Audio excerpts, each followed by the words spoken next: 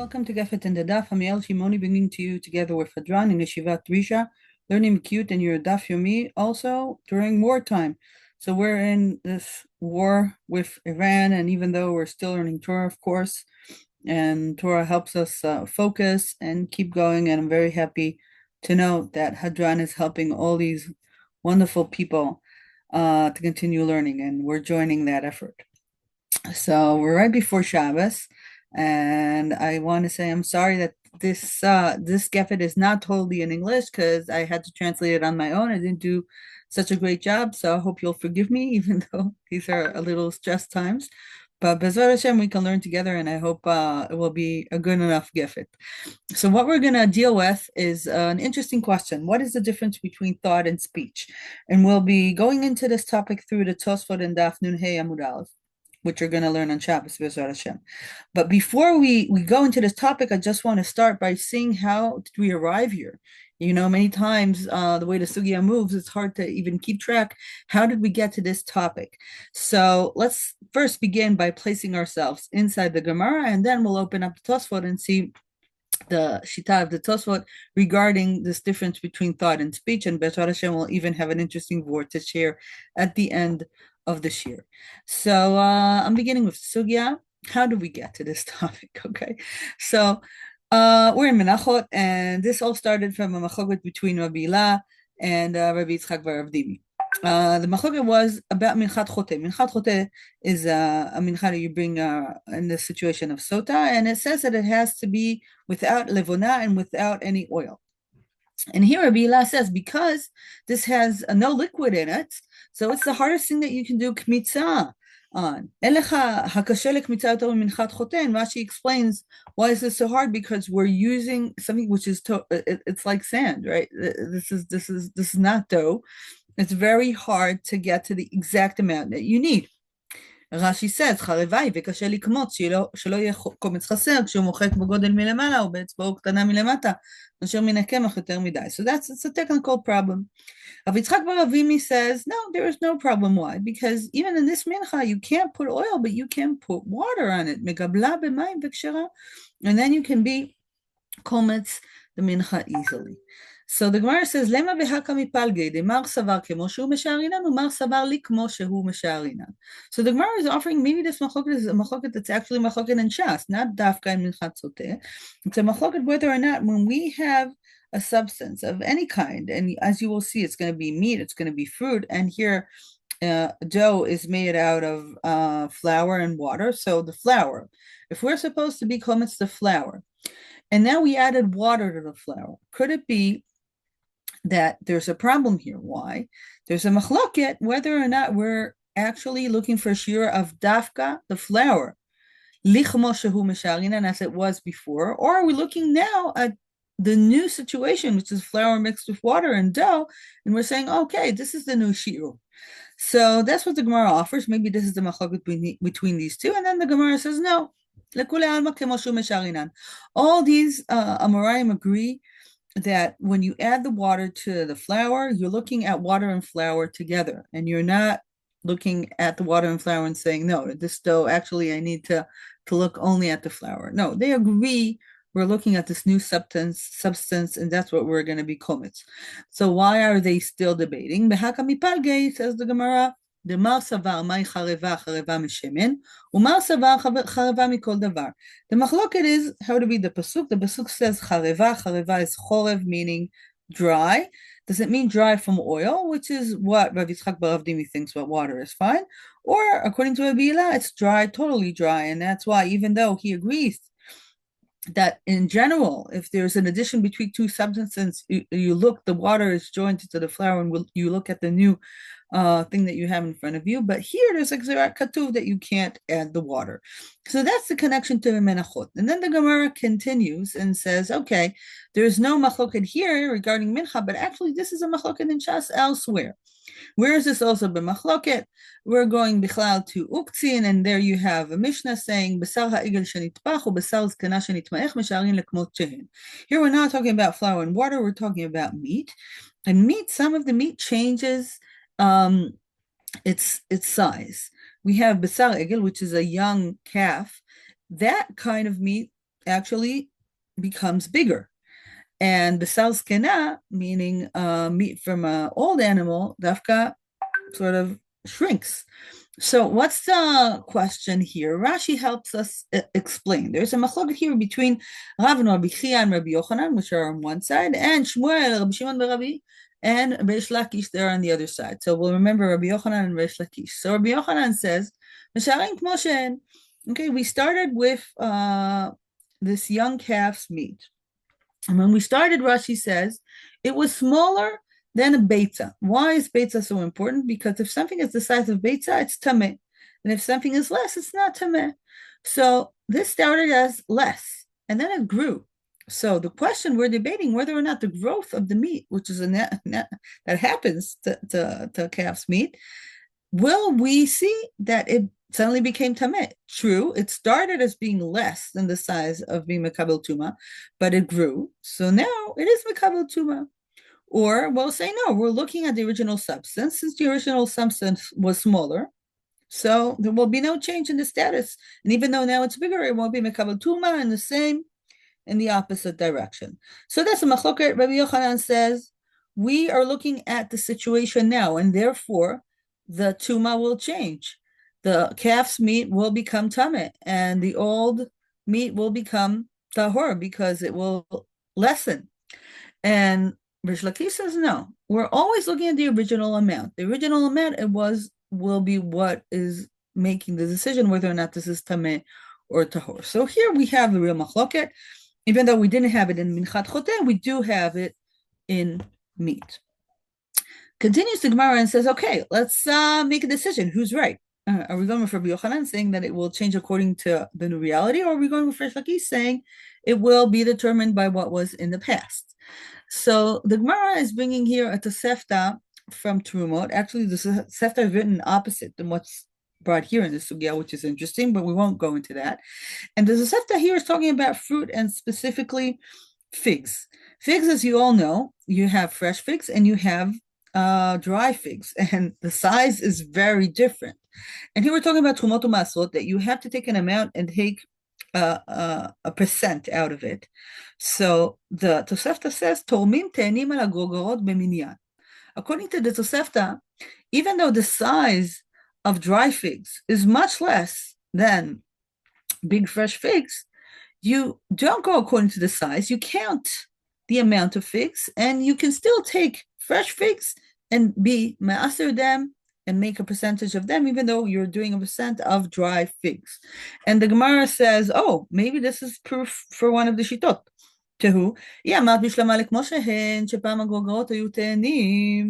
right? If we're saying that we're looking at the past, so we can understand what the Tosafot is saying, because it says, I don't care if I have fresh figs or dry figs, because when I see dry figs, I'm actually seeing fresh figs, because all the dry figs were originally fresh figs.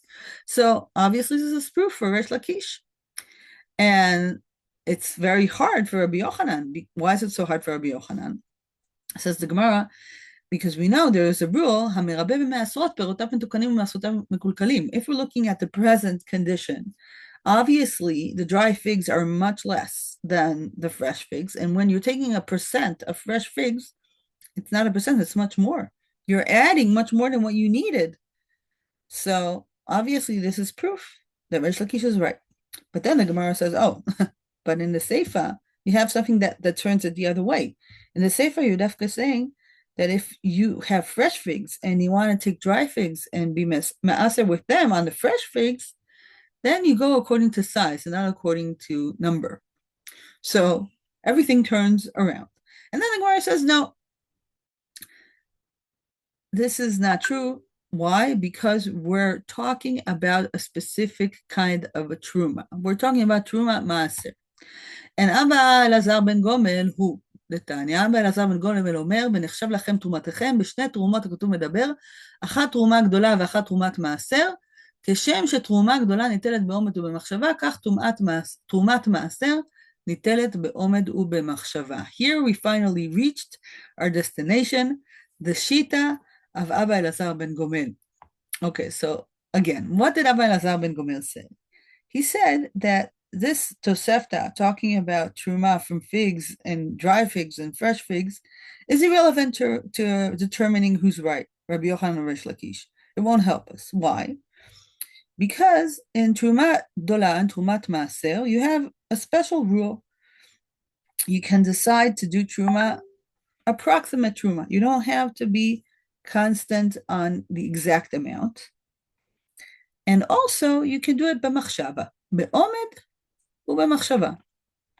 So this is how we got to these very important words of Abba Elazar ben Gomel. You should know also there are different Girsaot here. Is it Ben Gamla or Ben Gamliel?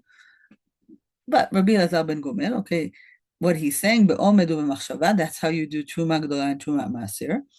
And we're going to learn the Tosafot on the specific wording, Truma be'machshava. What does it mean that you can be mafrish Truma be'machshava?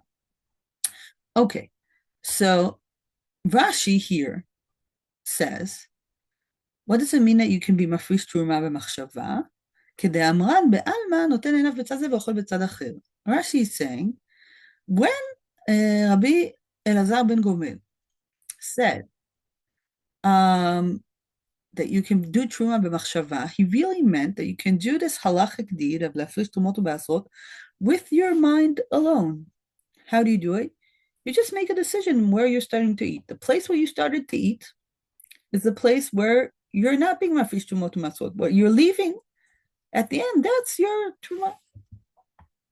Tosafot quotes Rashi and says you should know that Rashi in a different sugya said something slightly different. Okay, so let's go into this. Tosafot dibur matchil b'machshava, which is really where we want to work today. So it says the Tosafot, פרש בקונטרס, כדאמר בעלמא נותן עיניו בצד זה ואוכל בצד אחר. משמע שרוצה לומר משום דכתיב ונחשב תרומתו ונחשב שר לאכול בלי הפרשה, ושר עיניו מבשתיקה על ידי שנותן עיניו בצד זה ואוכל בצד אחר, דכל זה נפקא מבנחשב. So what is Tosafot saying here? He's reading Rashi and he's saying, listen to Rashi carefully. Rashi did not mention that you have to say anything. You can do this in total silence. Shari nami beshtika. And then continues the Tosafot and says, עוד פרש לשון אחר, בפרק בת הבכורות, במחשבה שמחשב ואומר, שני נוגעים שאני עתיד להפריש, אף ושאתה מפריש כלום, ורוצה לומר, דדיבור צריך. והדשארי בלא הפרשה, קרא מחשבה. So first let's begin and see what's this other Rashi that Tosafot is quoting. Tosafot is saying there's a stira in Rashi. Here Rashi didn't mention the need to say any words, but if you'll read Rashi in Bechorot, Rashi there is saying shemechashev ve'omer. And if we open the Rashi there, you'll see there's Girsot about it, but it's pretty clear that that's what Rashi means, because Rashi there says lehachi kare le'machshava mishum she'eno moneh otan.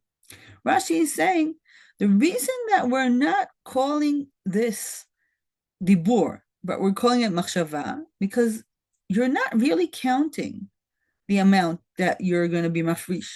You're not doing the deed of counting, and therefore this is only thought and not dibur, even though you do have to say something. So it seems that there is a stira in Rashi, because in Bechorot he's saying you do have to say something. It's just you don't have to say the amount and the same wording that you would say in regular hafrashat terumot u'masrot, but you have to say something. And Rashi here, according to Tosafot, it sounds as if you don't have to say anything. You can also be in total silence and still be mafrish terumot u'masrot. So what does Tosafot prefer here? If you read Tosafot carefully, it seems as if he's actually hinting that even though Rashi did not mention that you need to speak here, if we'll go to Bechorot, we'll see that you do need to speak. How do I know that? Because the Tosafot continues and says, "Ve'ashkacha nami duchta dekare lemachshava dibur, כמו על כל דבר פשע דאמרינן בבבא מציע מ"ד דחייב על המחשבה כמעשה." So Tosafot here tells us, if you want to make sense of the stira in Rashi, you have to go to a different sugya. Sugya of shlichut yad, there you will see that it's not the only place, not only in terumot and masot, you call machshava, dibur machshava. You'll see that also there. So let's pop to that sugya quickly. What is shlichut yad? Person is a shomer. You're now guarding somebody's belongings. And then you decided that you want to use it for yourself. Let's say you're guarding a shalach manos, and then you decided, I want to eat the chocolate. I don't want to keep it for the person I'm keeping it for. You're sholeach yad. You want to use it to yourself. So there's a machloket between Bet Hillel and Bet Shammai. When are you becoming a sinner? When did you become sholeach yad? When you thought this bad thought, or when you actually started to act upon it? Says the Mishnah, החושב לשלוח יד בפיקדון, בית שמאי אומרים חייב, ובית הלל אומרים, אינו חייב עד שישלח יד, שנאמר אם לא שלח ידו במלאכת רעהו. So it seems in the Mishnah that the machloket is whether or not you're over if you're thinking. That according to Bet Shammai, the thought to eat the chocolate itself is already damning you as a sholeach yad, and according to Bet Hillel, until you did not actually take from the chocolate, you're not chayav. But if we look at Rashi, something very interesting happens. Rashi explaining Bet Shammai is saying, says Rashi, אמר בפני עדים אטול פקדונו של פלוני לעצמי. So according to Rashi, even though it says החושב in the Mishnah, it's actually talking about talking. And not only talking in front of Eidim. That's pretty serious talking. It's not in my mind, it's actually a deed. Not a deed of doing, but a deed of talking.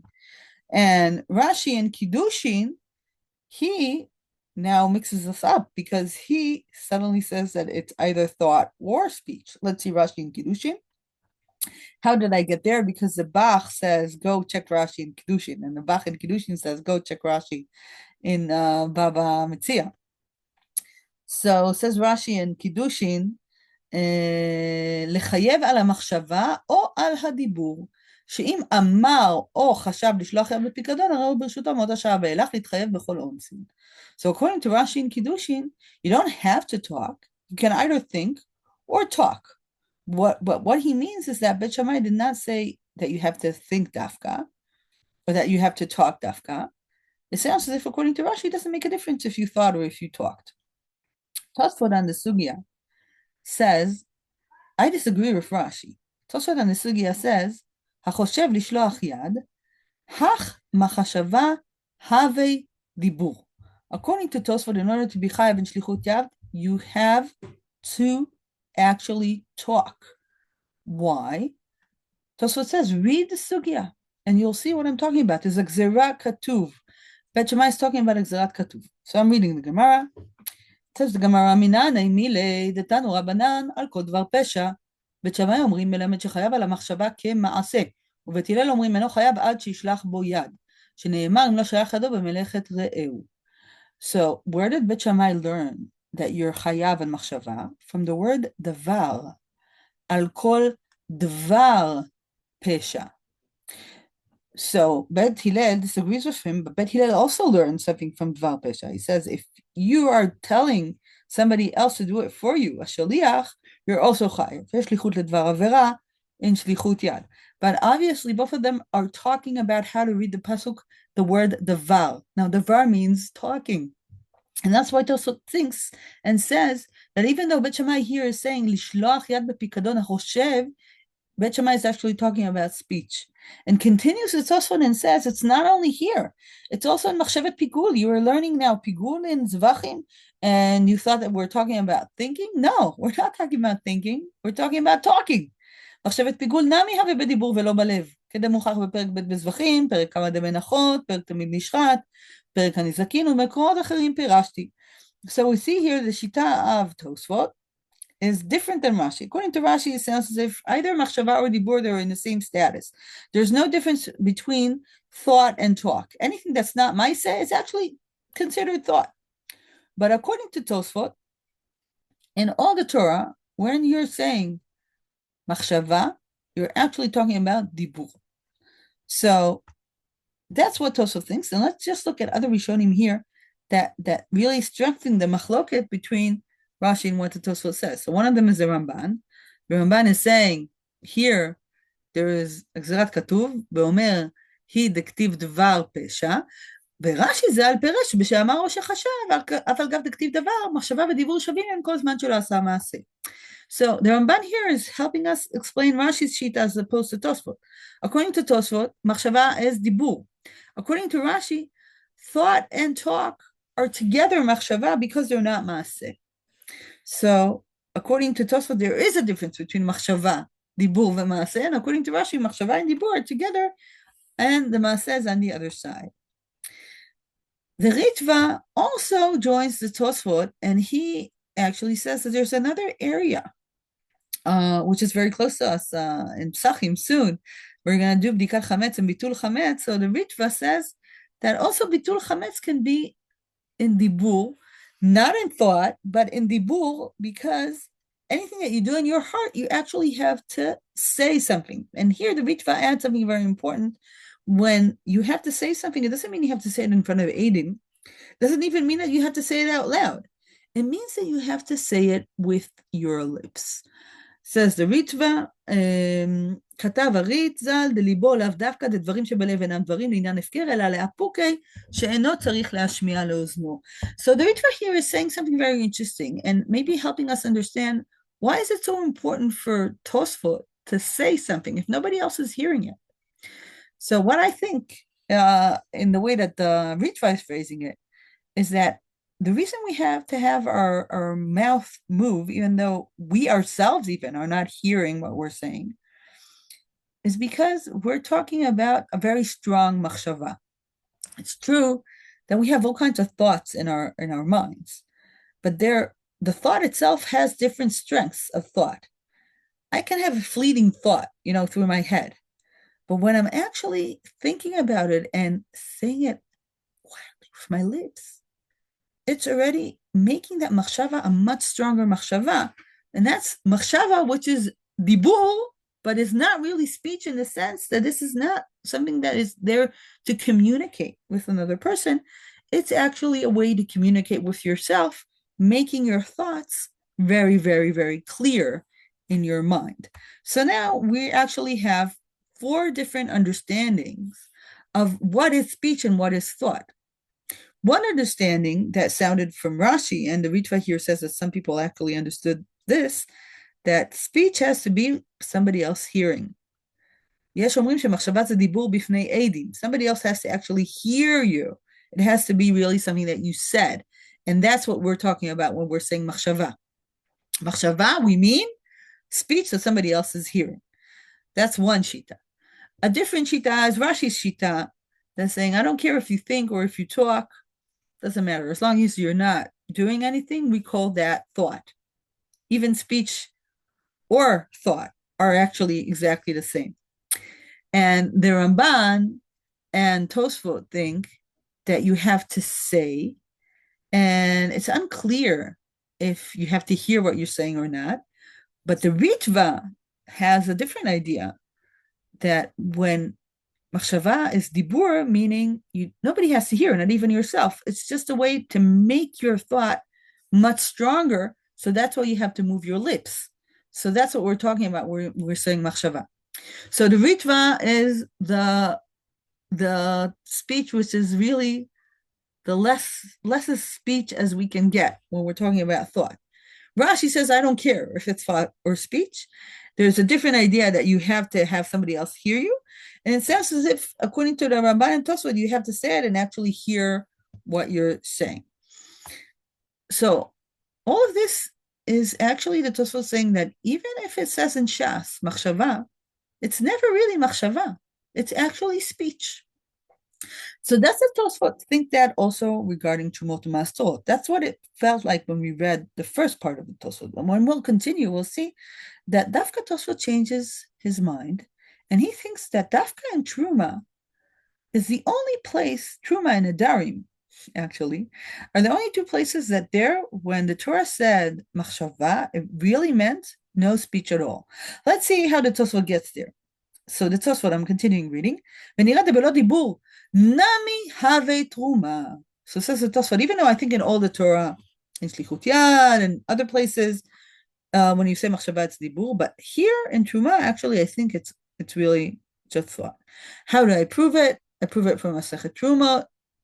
I don't want to go into all the proofs of Tosfos, but I want to dwell on the last proof that he brings from Shvuot Kafvav Amud Bet.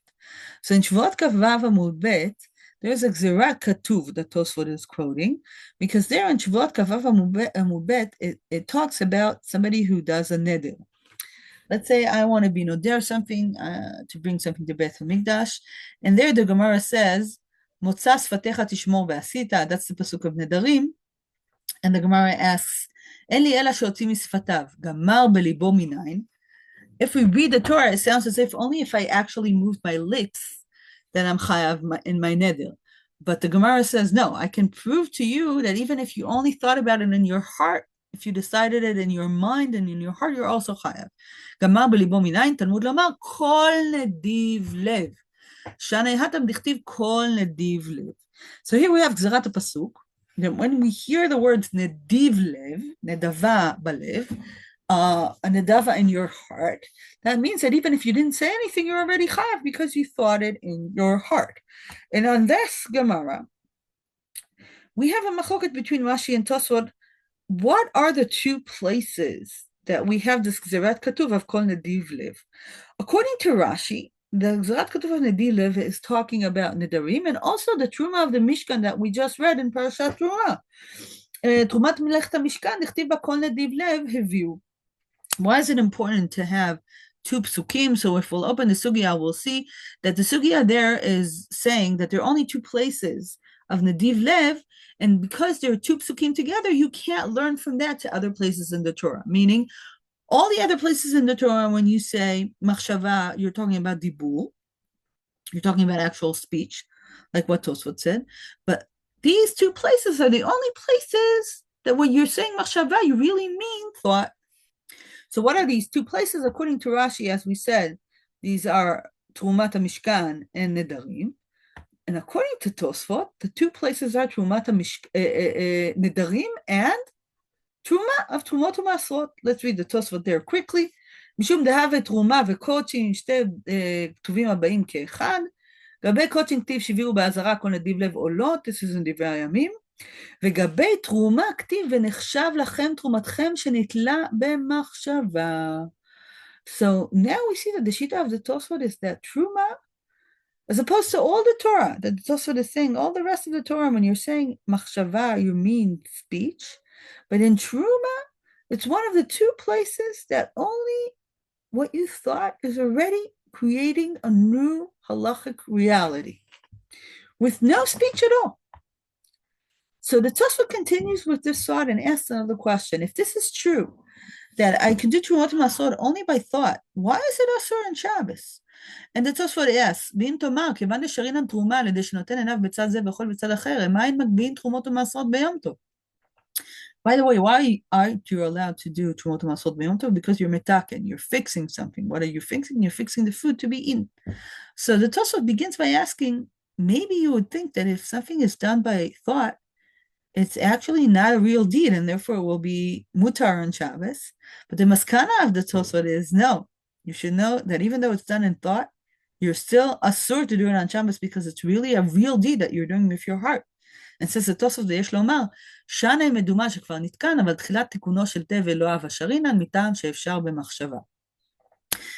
Again, I want to outline the ideas of Tosafot. We're not going into all his ra'ayot, but just to understand what happened here, his hava amina was that you might think accidentally that if you're doing a deed, a halachic deed with your machshava, it's not a real deed that is asur in Shabbos.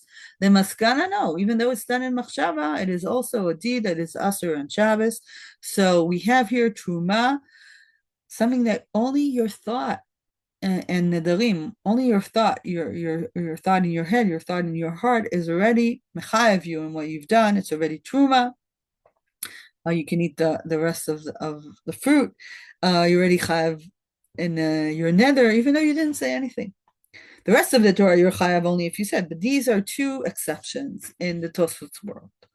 So, what is the method of Tosafot again? Whenever you hear in all Torah Kula saying machshava, we're actually talking about speech.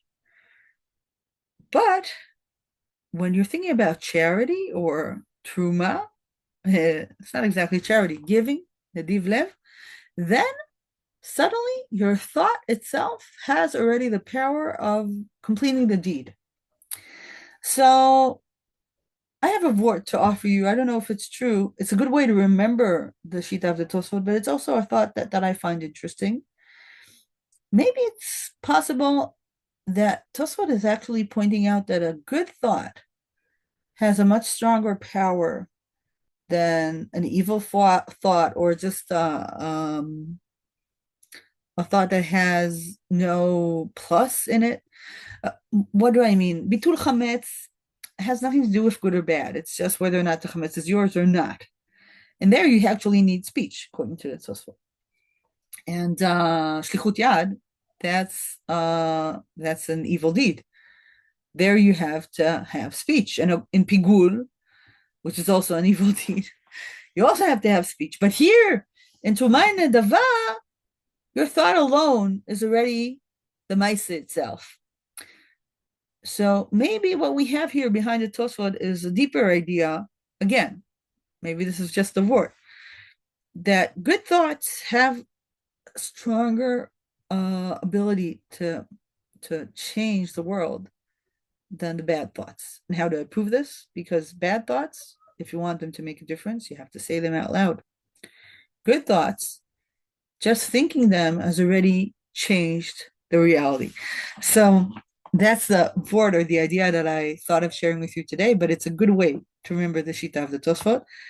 I hope you enjoyed our learning together and continue learning in all the time. Baruch Hashem, you're doing Daf Yomi. That gives you a very strong thing to do every single day. And the Torah helps us and guides us in all we do. And with this thought that your good thoughts make differences, and dafka your bad thoughts need to actually be stated out loud to make a difference. I think that's a thing to remember, that there's a stronger power to the good in the world. Maybe this is what's behind the Tosafot that we learned today. So take care and have a good Shabbos, and may we have Yeshua Gdola, Laprat V'Laklal to all of you wherever you are. Take care. Keep safe.